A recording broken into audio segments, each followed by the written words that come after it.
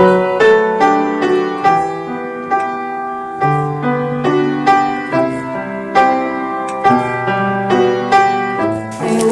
그 성경 본문이 참 많았습니다. 창세기. 그래서 원래 창세기에 이 아브라함이 출발하는 그 이야기인데요. 근데 이제 그게 신약에도 많이 있잖아요. 그래서 그거에 대꾸에는 히브리서도 이렇게 읽고 그래서 본문이 참 많아졌는데, 우리 기독교에서 아브라함을 보면 신앙의 아버지라고 불리고 또 정신적인 조상으로 여겨지죠.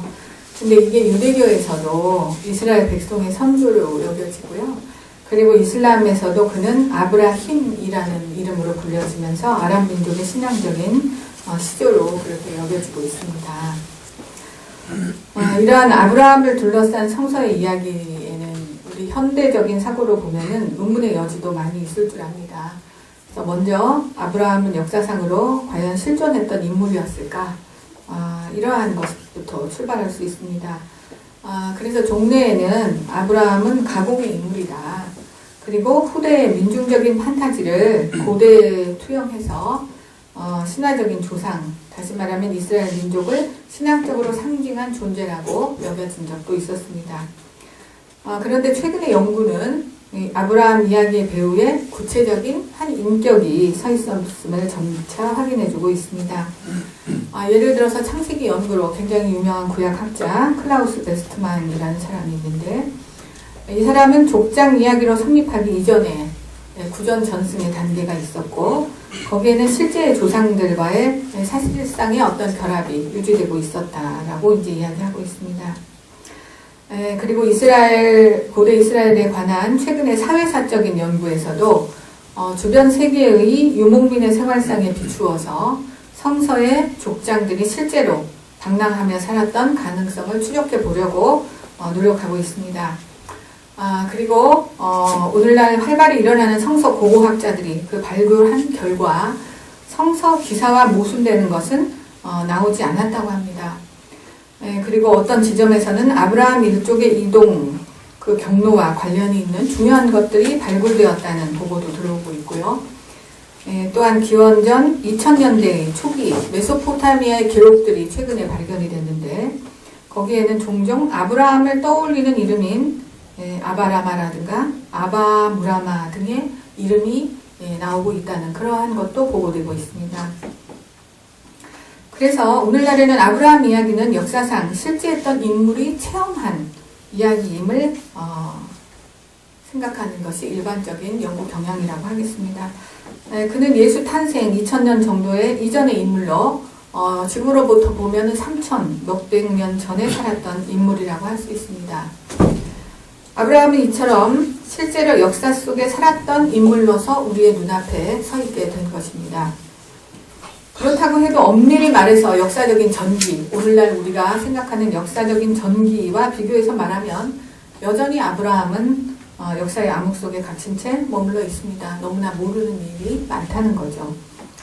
그런데 우리가 배워야 할 것은 아브라함의 진리에서 순수하게 어떤 역사적인 차원의 어떠한 인물의 아주 세밀한 구체적인 전기적인 사실을 보는 것이 그렇게 큰 의미가 있는 것이 아니라 보다 한층 깊은 종교적인 진실, 곧 신학적인 차원의 진실을 보는 것이 우리에게는 보다 큰 의미가 있다고 하겠습니다. 우선 이 창세기 11장의 기사에 의하면 아브라함은 최초에는 갈대아 우르라는 마을에서 살고 있었습니다. 그는 여기에서 아버지 테라에 이끌려서 아내 사레와 함께 출발해서 하란이라는 마을로 향합니다. 이것이 아브라함의 첫 번째 여행이었습니다.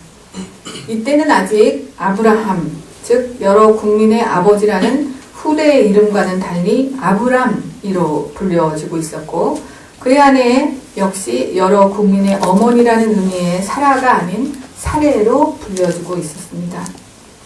하란에서 살다가 아버지 테라가 죽고 나서 아브라함은 두 번째 여행을 떠나게 됩니다. 그러나 이것은 그의 개인적인 결단이 아니었습니다. 하나님이 그를 호출하여 출발하라고 명령했기 때문이었습니다. 이때의 모습을 오늘 창세기 12장의 본문은 전하기를, 하나님은 아브라함에게 말씀하셨다. 너는 태어난 고향, 아버지의 집을 떠나 내가 지시하는 땅으로 가라. 이렇게 말씀하신 것입니다. 이제 아브라함은 그때까지 살아온 환경에서 한 걸음 내딛어서 새로운 세계 또는 열린 미래를 향해 출발할 것을 명령받은 것입니다. 이렇게 아브라함을 불러내실 때 하나님은 그에게 하나의 명령과 하나의 약속을 주셨습니다. 하나의 명령은 내가 지시하는 땅으로 가라는 것이었습니다. 그것은 떠나가라 라는 무조건적인 명령이었습니다. 태어난 고향의 대지와 자연적인 환경에서 한 걸음 내딛는 것, 더욱이 평소 익숙한 사회적 관계를 단절하고 무조건 떠나가라는 그러한 명령이었습니다. 태어난 고향과 아버지의 집이라는 것은 생존을 의탁하기에 충분한 경제적인 어떤 기반만을 의미하는 것이 아니었습니다. 당시의 가부장제적인 사회관계에서 보면 씨족으로서의 결합은 개인이 살아가는데 불가결한 조건이었던 것입니다. 거기에는 먼 조상 시대에서부터 이어진 전통에 깊이 뿌리내린 생활 규범과 종교도 있었습니다. 실은 아브라함이 소명을 받았던 하란이라는 마을은 지금 현재 고고학적으로 발굴이 되었는데 할란이라고 불리우는 마을이라고 합니다. 이 마을은 대상들의 역참이 있었던 곳으로 거기에는 달의 여신인 신의 성소가 있어서 순례의 중심지였다고 합니다. 아브라함의 고향 갈대아도 일반적으로 천체 숭배와 점성술이 지배적이었습니다. 그들 사이에서 점성술은 갈대아의 과학으로 유명했다고 합니다. 아브라함이 그 당시의 최첨단 과학이었던 하란의 이 천체 숭배를 주님이 떠나라고 명령하셨기 때문에 떠났던 것입니다. 이제 그는 그의 생활 기반뿐만 아니라 그의 씨족 집단과 그 사회의 규범과 종교, 즉 그를 지금까지 규정하고 있던 그 모든 것들을 버리고 떠남으로써 지금부터 낯선 환경의 한복판에 서게 된 것입니다. 이것은 관점을 바꾸어 말하면 고향을 잃은 방랑자, 확실하지 않은 암흑의 미래로 전개되는 길을 걷는 난민의 신세가 되었다는 것을 의미합니다. 75세 인간에게 이러한 새로운 여행은 너무나도 가혹한 요구였을 것입니다. 게다가 이 요구의 냉엄함을 조금이라도 완화시켜주기 위해서 장래의 생활에 대한 어떤 보증이 주어졌던 것도 아니었습니다. 만약에 여러분들께서 75세인데 지금 살았던 모든 기반을 버리고 그곳이 어떤 곳인지도 전혀 모르는 곳에 하나님이 떠나라. 그렇다고 해서 그것을 위해서 무슨 보험금을 어마어마하게 걸어주셨다든가 아니면 대단한 땅 문사를 주셨다든가 아니면 거기에 엄청난 의료시설이라든가 노인 생활 보장을 해준 것도 아니니 그냥 무조건 다 버리고 떠나라 라고 하신 그런 이야기라고 보겠습니다. 하나님은 이제부터 향해서 가야 할 땅에 대한 어떠한 구체적인 설명도 해주시지 않습니다. 애당초 아브라함이 이러한 모험적인 여행에서 성공할 수 있는지에 관해서 확실한 것은 어느 하나도 알 수가 없었던 것입니다. 이렇게 아브라함은 하나님에게 떠나라고 명령하시면서 그에게 축복의 약속도 하나 주셨습니다. 하나님의 약속은 상호 보충하는 세 가지의 계약을 포함하고 있었습니다. 첫 번째 약속은 너를 큰 민족으로 만들어준다는 것이었습니다. 그의 일족과의 관계에서 분리되어 한 사람의 개인이 되었던 아브라함으로부터 새롭게 다수의 많은 백성이 태어난다는 즉 장래의 자손에 대한 약속이었습니다. 그런데 이 약속은 너를 축복하고 너 이름을 높이며 라고 하는 또 다른 약속과 연결되어 있었습니다.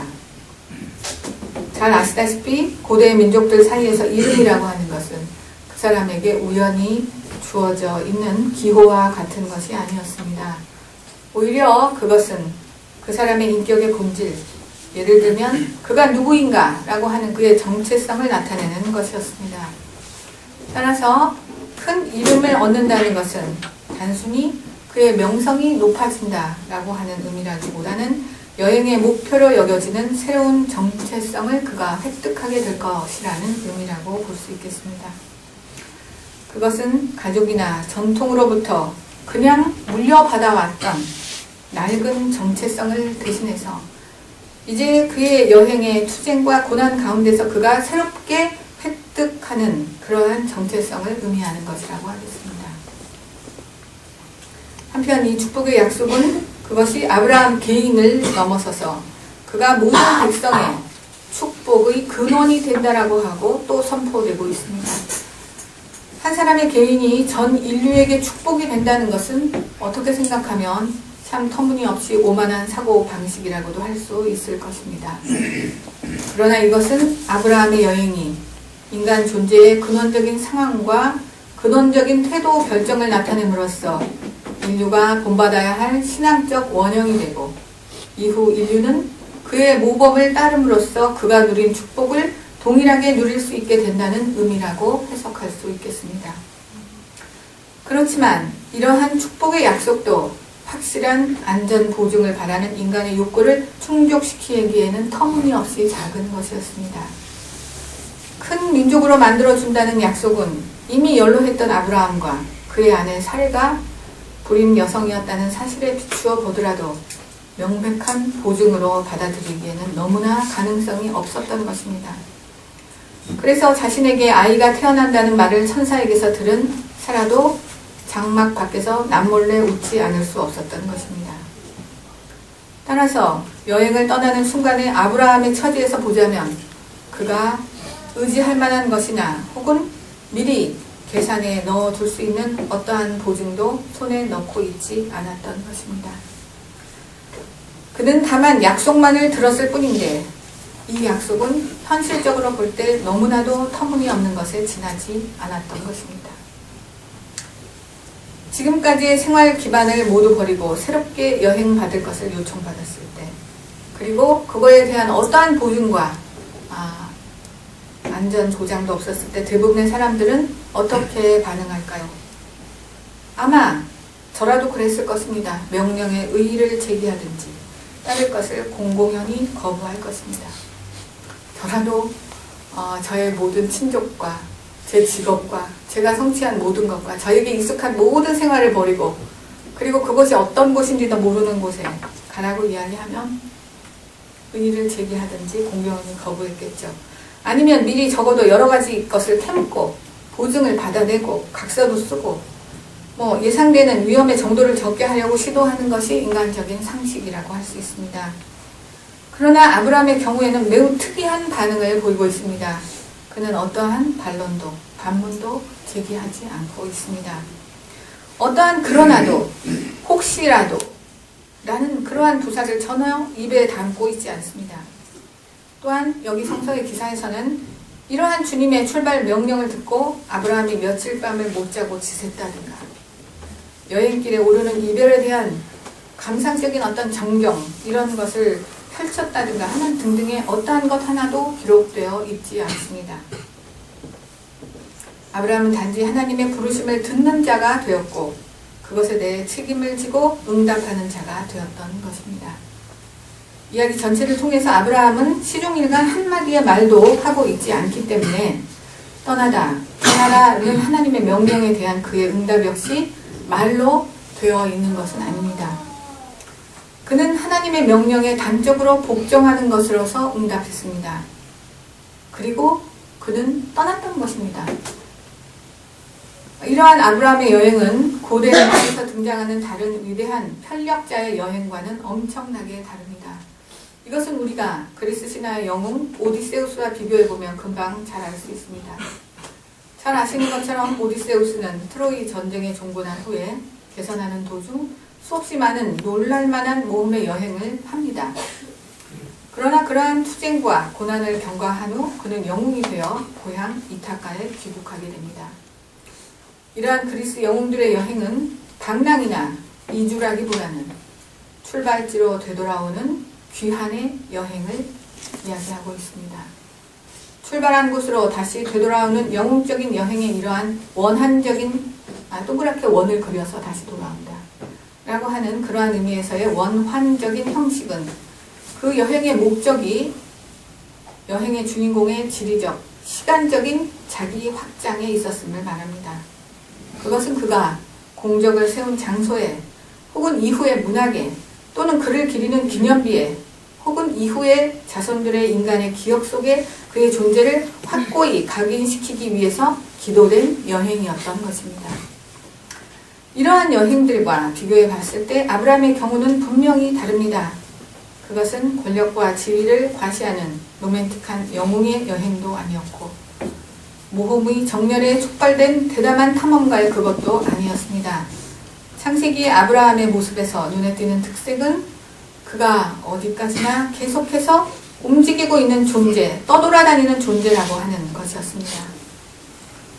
그것은 실제로 그가 생활하는 장소를 끊임없이 전전하며 바꿔가는 것에서 잘 나타납니다. 그는 사막에도 들어갑니다. 기근 때문에 에집트에 가서 아내를 팔아먹는 이상한 말도 하고 있습니다. 또한 마므레에서 부엘세바에서 천막을 치고 나아가 모리아 산으로 향하고 있습니다. 또한 여행 도중 그가 천막을 치고 살았다는 것도 매우 중요한 상징적인 의미가 있습니다.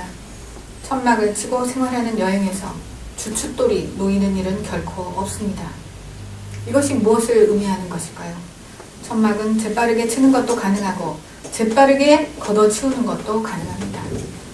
천막을 접어 여행길에 오르면 이후에 오는 여행객은 거기에 그 이전에 누군가 머물렀다는 것조차 알 수 없습니다. 천막의 말에는 이미 아브라함의 생활이 일시적인 임시 거처의 반복이었고 끊임없는 도상에 있는 삶이었음을 나타내고 있다고 하겠습니다. 즉 아브라함은 하나님의 약속을 믿고 길을 떠났고 끊임없이 이동했던 것입니다. 아브라함은 오직 하나님의 부르심에 따라 특정한 목적지를 알지 못한 채 나갔던 것입니다. 창세기에 의하면 아브라함은 멀리 가나안 장소로 가서 세겜이라는 장소에 도달했을 때 비로소 그곳이 약속의 장소였음을 알았다는 것입니다.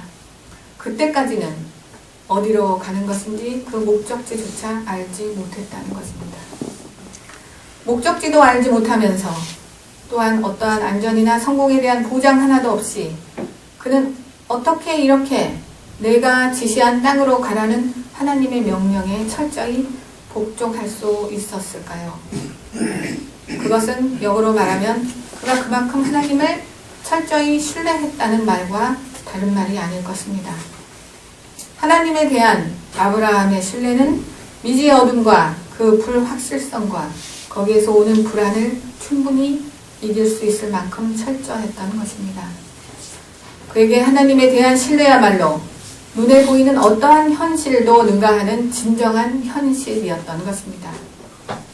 만약 아브라함이 눈에 보이는 현실이 나타내는 부정적인 모습에 맞서서 하나님에 대한 신뢰의 근거에서 그의 약속을 확신하지 못했다면 또한 길고 위험한 여행길에서 그것을 지속적으로 굳게 붙잡지 못했다면 하나님이 그에게 주신 약속을 아마 비현실적인 환상으로 그의 마음속에서 곧바로 잊혀지고 말았을 것입니다. 따라서 아브라함의 복종은 다른 말로 하면 하나님에 대한 그의 철저한 신뢰였다고 할 수 있겠습니다. 이러한 아브라함의 이야기는 말하자면 오직 하나님의 약속에 대한 믿음의 근거에서 과거의 나를 만들어냈던 모든 것들 그리고 그 안에서 내가 만들어냈던 모든 것들을 내려놓고 비우며 하나님이 불러내시는 새로운 미래를 향해 거듭 새 출발하는 이야기라고 할 수 있습니다.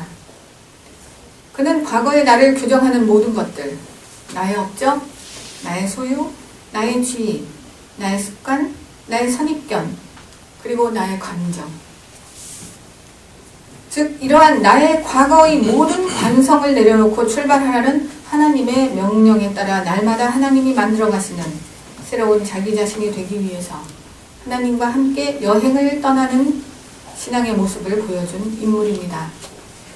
이러한 아브라함의 여행은 날마다 자신의 과거로부터 자신의 관성으로부터 탈출하여 하나님이 빚어가시는 자기 자신이 되기 위해 그분과 함께 여행을 떠나는 기독교 신앙의 상징이라고 하겠습니다. 여기에서 앞에서도 소개한 구약학자 베스터만이 아브라함에게 명한 떠나라 라는 하나님의 명령이 이스라엘 민족에게 명한 출애굽의 출발 명령과 공명한다고 지적한 것을 기억하는 것은 대단히 중요한 의미가 있습니다. 아시다시피 이스라엘 백성에게 에집트에서의 탈출은 민족으로서의 정체성을 표시하는 근원적인 사건이었습니다. 출애굽이라는 상징 중에는 그들의 자기 이해와 더불어 하나님이 어떠한 분이신가 하는 하나님 이해가 포함되어 있는 것입니다. 그런데 구약성서는 이 출애굽의 테마를 집단으로서의 민족에 대해서뿐만 아니라 개인에게도 요구하고 있는 것입니다. 바로 아브라함이라는 신앙적 원형의 인물을 통해서 말입니다. 즉 하나님을 신앙한다는 것은 아브라함에게서와 같이 과거의 관성으로부터 날마다 출애굽하는 것이며, 따라서 인류가 아브라함의 모습으로 상징되는 출애굽을 각자 자신의 삶에서 완수할 때 그 역시 하나님과 늘 동행하며 아브라함처럼 날마다 새로운 존재로 거듭나는 축복을 누릴 수 있다는 이야기가 되겠습니다. 이러한 의미에서 아브라함은 기독교 신앙의 원형을 상징하는 존재이고, 바로 그렇기 때문에 모든 기독교인의 신앙의 아버지로 여겨지고 있는 것입니다. 따라서 아브라함이 신약성서의 복음서와 바울서신, 그리고 오늘 우리가 읽은 히브리서 등에서 70회 이상이나 언급되고 있는 것은 조금도 이상한 일이 아닙니다. 특히 히브리서는 아브라함에게 모세에게 필적하는 위치를 부여하고 있습니다. 신앙에 의해 아브라함은 자신이 재산으로 상속받게 될 토지로 나아가도록 부르심을 받자 이에 복종하고 목적지도 알지 못하고 출발했다고 기록합니다. 또한 아브라함은 약속의 땅에서도 마치 타국에 머무는 것 같이 살며 천막 생활을 하고, 그러면서 하나님이 설계자고 건설자인 견고한 토대를 가진 도성을 대망하고 있었다고 말하고 있는 것입니다. 그리고 그렇게 하여 아브라함과 그의 많은 자손들, 다시 말해서 오늘날 우리 기독교인들을 이야기하고 있는 것이겠죠. 그러한 사람들은 자신들이 지상에서는 타지 사람, 즉 외국인이고 잠시 거주하는 나그네로 살았다. 이렇게 이야기하고 있습니다. 그러면서 우리 기독교인들이 지상에서 이렇게 나그네로 사는 이유를 말하기를 더 나은 고향, 즉 하늘의 고향을 열망하고 자신들의 고향을 찾고 있음을 분명히 나타내기 위함이다 라고 히브리서는 설명하고 있습니다. 즉 아브라함의 후손인 우리 기독교인이라 함은 어떠한 의미인가? 그것은 이 지상에서는 이른바 여행자이고 임시 거주하는 몸임을 잊지 말라는 이야기가 되겠습니다. 이러한 신약성서의 아브라함 이해에 따라서 이후부터 기독교인들을 특징짓는 근원적인 상징은 지상을 살고 있는 여행자가 된다라고 하는 그러한 이미지라고 할 수 있겠습니다. 그렇다면 신약성서가 지상을 여행하는 존재라는 상징을 통해 말하려고 하는 기독교인들의 정체성은 과연 무엇일까요? 그것은 먼저 기독교인의 존재가 갖는 도상성을 이야기한다고 하겠습니다. 즉 기독교인이란 과거의 관성에서 날마다 출애굽하여 자신의 참 존재가 되어가는 도상에 있는 존재라는 이야기가 되겠습니다. 그래서 우리가 날마다 참 좋은 기독교인이 되기 위한 노력은 있지만 내가 참 좋은 기독교인이 다 되었다라고 하는 완성은 기독교인에게는 없다는 이야기가 되겠습니다. 그렇기 때문에 이 말은 우리가 하나님 앞에서 과거의 축적물로 자기 자신을 가리면서 사는 것이 아니라 동시에 하나님 앞에서 맨 존재로 삶으로써 날마다 하나님을 더 깊이 만나가며 더 깊은 일치를 이루어가는 도상에 있는 존재여야 한다는 말과도 같습니다. 마치 하나님을 떠나서 무화과 나무 잎으로 자신의 몸을 가렸던 그러한 아담과 이브가 그리스도 안에서 참 하나님을 만나면 더 이상 무화과 나무 잎으로 자신을 가릴 필요가 없다는 것이죠. 맨 존재로 하나님을 만나고 더 깊은 일치를 이루어가는 그런 도상에 있는 존재가 되어야 한다는 말이 되겠습니다. 기독교인이란 이러한 의미에서 완성된 존재가 아니라 오히려 자신의 모든 과거를 뒤로하고 하나님과 함께 여전히 날마다 길을 가고 있는 길 위에 있는 존재라고 말할 수 있겠습니다. 지상을 여행하는 존재라고 하는 기독교인의 정체성은 두 번째로 그가 사는 이 지상에서의 삶이 절대적이고 궁극적인 것이 아니라 일시적이고 잠정적인 것임을 늘 기억하라는 의미라고도 할 수 있습니다. 즉 기독교인은 이 지상의 삶이 아닌 궁극적인 것, 영원한 것을 목표로 사는 존재임을 기억하라는 말이 되겠습니다. 그러나 동시에 이 말은 이 지상에서의 삶을 그렇기 때문에 거부하고 무시하라는 말로 오해돼서는 결코 안 되겠습니다. 이 말은 오히려 이 세상에 대한 사로잡힘에서 벗어나 참으로 자유한 존재가 되어라. 그리고 그 자유의 근거에서 하나님이 선물로 주신 이 세상을 진정한 책임을 가지고 사랑으로 섬기라는 의미라고 하겠습니다. 날마다 자기의 과거의 관성으로부터 출애굽하여 하나님과 함께 길을 떠날 때 그러한 사람은 이 세상을 본받지 않고 하나님의 거룩하시고 완전하신 뜻이 무엇인가를 물을 수 있습니다. 그리고 세상의 지배적인 흐름과 자기 자신의 탐욕과 두려움에서 해방되어 사랑으로 세상을 진정으로 돌보고 수고하는 삶을 살아낼 수 있다는 말이 되겠습니다. 하나님께서는 우리에게 이러한 기독교인의 여행을 완수하고 그것을 완성하라고 결코 요구하지 않으십니다. 왜냐하면 우리가 한낱 바람과 같고 진흙과 같고 먼지와 같은 존재라는 것을 알고 계시기 때문입니다. 그래서 하나님은 다만 이 자유를 향한 여행에 오늘도 주님과 함께 길을 떠나자고 그리고 길 위에 머물러 있자고 초대하고 계시는 것입니다. 우리가 과거를 내려놓을 수 있는 것은 그렇게 하면 더 좋은 것이 온다라는 보장이 있을 때, 더 좋은 것을 주어진다라는 믿음이 있을 때 가능하겠죠.